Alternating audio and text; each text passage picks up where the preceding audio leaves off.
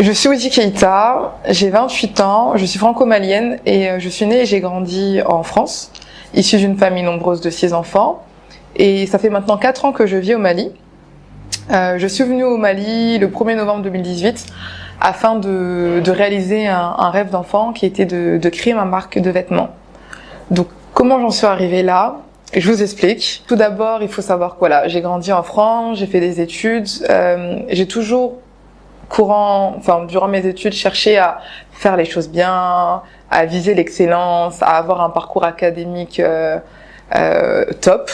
Voilà, que ce soit au collège, j'étais toujours en trio de tête au niveau des notes, j'étais déléguée de classe, enfin voilà, j'avais vraiment un bon parcours.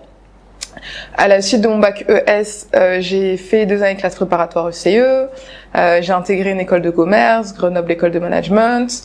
Dans le cadre de Grenoble, j'ai été amenée à faire une année de professionnalisation, année de césure. Donc j'en ai profité pour faire des stages dans le secteur du luxe, parce que pour moi c'était la voie qui me rapprochait de la mode, mais aussi la voie de l'excellence. Donc j'ai fait du marketing opérationnel, marketing développement pour des marques telles que LVMH Fragrance Brands, qui est Kenzo Givenchy, Parfum Christian Dior et Thierry Mugler Parfum. À la fin de mes études, voilà, en tant que chef de produit junior pour Thierry Mugler Parfum, on me propose de passer un entretien pour basculer dans la partie soins de Clarins afin d'être chef de produit junior là-bas. Et au moment où on me propose cette opportunité, enfin de passer un entretien pour saisir cette opportunité, je dis tout simplement que non, je veux pas, que j'ai des projets entrepreneuriaux.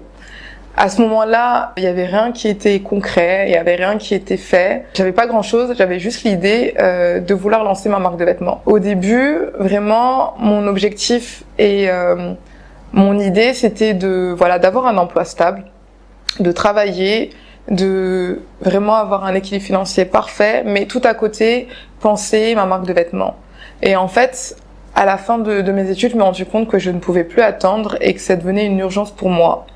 Donc c'est le 1er novembre 2018 que j'ai atterri à Bamako et que courant novembre 2018, début janvier, que j'ai lancé la marque de vêtements Made in Mali Oudika.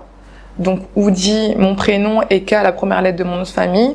C'est une marque qui crée tout au Mali, dans le sens où on achète le tissu au Mali, la teinture se fait au Mali, les coupes au Mali.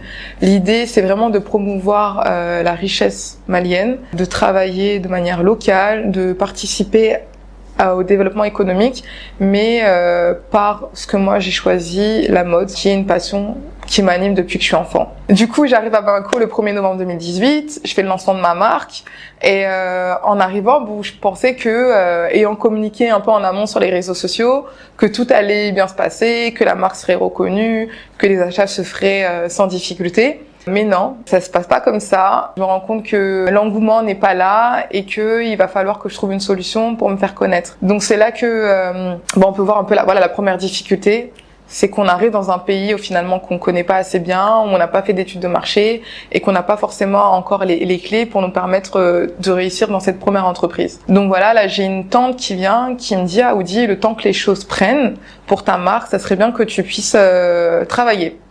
Donc c'est ce que j'ai commencé à faire. J'ai commencé à travailler en agence de communication. Au début, j'ai commencé en tant que stagiaire et à la fin, j'ai fini responsable marketing digital. J'ai fait 3 ans en tant que responsable marketing digital là-bas. Et le fait de travailler en agence de com, ça a été une bonne opportunité pour moi. Tout d'abord, je continuais à développer Oudika doucement, mais surtout, ça m'a permis de mieux appréhender mon environnement, de mieux connaître, on va dire, la psychologie des consommateurs que j'avais en tête, de mieux faire mon réseau, d'étoffer mon réseau, de faire de bonnes rencontres pour me permettre vraiment d'améliorer au mieux ma marque et ma proposition sur le marché. Donc j'ai travaillé en agence de com, ça m'a permis de faire des rencontres et au fil de ces rencontres, j'ai pu lancer le 6 février 2021 ma deuxième entreprise qui est Oudikasso, donc l'établissement dans lequel on se trouve. Oudikasso, c'est la maison Oudika. C'est une maison qui a été aménagée pour reprendre une boutique pour émettre mes créations, la marque Woodika, mais également des articles d'autres créateurs, tels que des bijoux qu'on a derrière moi, des sacs du Sénégal, du thé, enfin voilà, pas mal d'articles d'artisans et d'artistes africains. On y a aménagé également un espace salon pour recevoir des masterclass, des formations, pas mal d'activités. Également un espace coworking qui permet de travailler sur ces projets et de diffuser parfois des séances cinéma, et un espace un peu plus détente qui est l'espace piscine.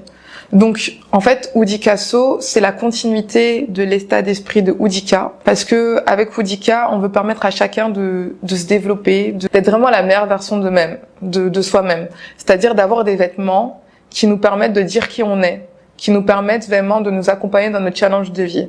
Et avec Woodikasso, on veut mettre un cadre qui permet à chacun de développer ses connaissances, ses compétences et de se dire « Ok, j'ai les outils sur place pour m'améliorer, voilà, et vraiment devenir la meilleure version de soi-même. » Au sein de Woodikasso, tout n'a pas été aussi simple que ça aussi, parce que plus on évolue et plus on a des difficultés qui sont à la hauteur de notre évolution. En termes de challenge, ça s'est surtout retrouvé par rapport aux charges fixes, c'est-à-dire que j'ai opté pour un établissement qui était plus grand que ma première boutique, qui était vraiment plus petite, pardon.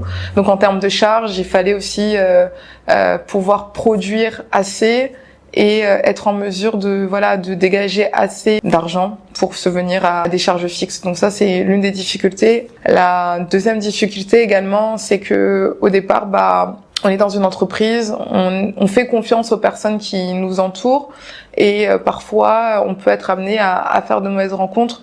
Moi, je sais que dans le cadre de mon activité, on a eu à me détourner de l'argent parce que je donnais de l'argent pour aller payer des factures d'électricité et eau. Peut-être j'étais assez naïve pour ça, mais voilà, des factures qui n'ont jamais été payées, donc je me suis retrouvée avec des impayés assez énormes. Et voilà, donc ça a été un coup dur, mais ça m'a permis de me dire que il faut gérer ses affaires de plus près. Après, au quotidien, le Mali, il faut savoir que c'est pas un paysage facile, un environnement facile. Il faut toujours être en mesure d'innover, se dire que on vient avec une idée en tête, mais que cette idée ne peut ne pas correspondre au marché. On peut avoir la meilleure idée du monde, mais si on le confronte pas directement au marché, on peut se retrouver avec des mauvaises surprises. Donc, le fait d'être au Mali, ça m'a challengé et ça m'a poussé à revoir, on va dire, mon business model. Au début, Woodikasso, ça devait être un établissement pour accueillir des vêtements, proposer de la location, mais j'avais pas pour ambition de faire tous les événements que je fais. Mais je me suis rendu compte que si je provoquais pas, on va dire, les événements ou que je provoquais pas en fait le flux, il se passait pas grand-chose. Donc j'ai été amenée à organiser des événements, à faire des collaborations, à m'associer pour faire bouger les choses. Ça marche pas comme ça le Mali, c'est une question de réseau, de connaître les bonnes personnes qui connaissent, de connaître les personnes qui vont amener vers ton business. Et en fait le Mali, c'est pas mal du personal branding.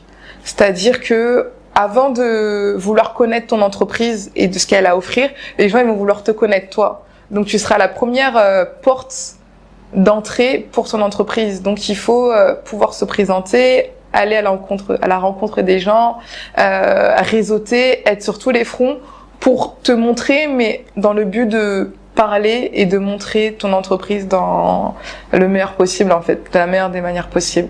Donc si t'es pas quelqu'un de très sociable, ça peut être compliqué, le Mali. Il faut pouvoir, oui, t'intégrer, mais sans te dénaturer. Ça, c'est super important. Pourquoi je dis ça? Parce que quand on vient de l'extérieur, on peut se dire, voilà, on est au Mali, on comprend pas forcément la langue, on parle pas forcément la langue, on est vu un peu comme les toubabs, entre guillemets, qui débarquons avec notre savoir, et les gens peuvent se dire qu'on les prenne de haut, alors que pas du tout. On est dans une démarche où on veut juste se réaliser, monter un projet et faire en sorte que tout se passe bien pour tout le monde. Donc, afin que les gens nous perçoivent de la bonne manière, on doit parfois faire des efforts où on doit montrer que voilà, on est ensemble, tu vois, en baignant en bolo, qu'on comprend la langue, qu'on veut parler avec vous, qu'on veut avancer avec vous. Et ça va passer notamment, je pense qu'il est important de comprendre le bambara, ou du moins de le parler. Parce que ça va ajouter une proximité entre vous et les autres, qui est pas négligeable. Premier élément. Deuxième élément, venir avec beaucoup d'humilité, pour montrer qu'on n'est pas venu pour conquérir le pays, pour tout prendre, mais qu'on est vraiment venu pour être ensemble. Et cette valeur d'humilité, franchement, elle est pas négligeable. Ça permettra de relever pas mal de défis. Troisième conseil, c'est d'être amoureux de son projet. D'être amoureux de son projet à en mourir, dans le sens où je vous jure qu'avec la passion, ça vous permettra de faire pas mal de choses que vous n'oserez pas faire.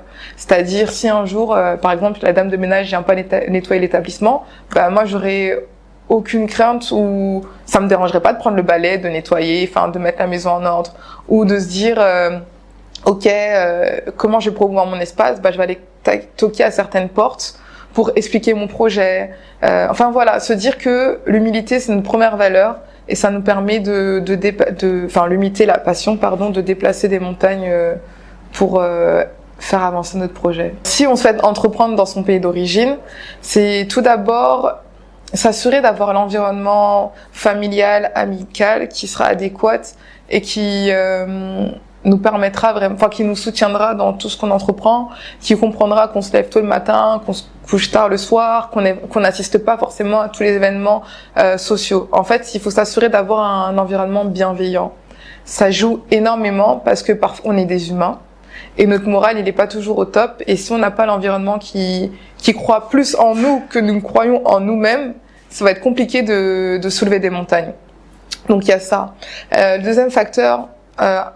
Entreprendre dans son pays d'origine, on peut se dire que oui, c'est notre pays d'origine, qu'on connaît tout, mais en fait non, c'est là où ça peut être une erreur. Il faut se dire qu'on est dans une démarche où on apprend, que le pays d'origine, on l'a peut-être connu sous le biais des vacances, mais là, dans le cadre du travail, c'est pas les mêmes défis, c'est pas les mêmes challenges, c'est pas les mêmes personnes à rencontrer, c'est pas la même posture à adopter, et que vraiment, il faut se mettre dans un cadre de travail et être en mesure aussi de dealer, entre guillemets, avec la mentalité. C'est-à-dire se dire que les personnes avec qui on travaille, elles auront pas les mêmes standards que nous.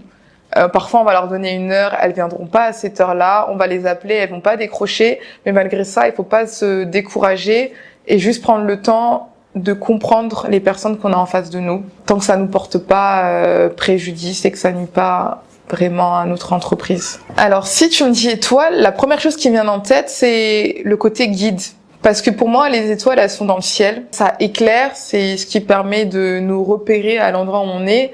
Et les étoiles, bon, moi je pense aux étoiles du berger. Même à l'époque, quand on voulait aller d'une destination A à d'un point A à un point B, on regardait les étoiles pour nous guider. Donc pour moi, c'est vraiment la personne qui guide, qui montre l'exemple en fait, qui montre la voie et qui permet cette voie qui permet aux autres de venir plus facilement par la suite et qui permet aux autres elles aussi aux autres personnes de se concrétiser plus facilement. Tenez-vous bien parce qu'il y a beaucoup de réseaux à suivre. Déjà, il y a la marque de vêtements Oudika. On a un site web Oudika, www.oudika.net, Facebook, Instagram, LinkedIn, donc pour Oudika. Maintenant, on a aussi l'établissement Oudikasso. Donc on est présent sur WhatsApp, si vous avez le numéro, LinkedIn, Instagram, Facebook, et on est aussi sur Google Maps. Donc voilà, ne pas hésiter à découvrir les réseaux et à venir nous voir en vrai, dans la vraie vie. On vous attend. Merci Naledisso, merci pour la visite et à bientôt Inch'Allah.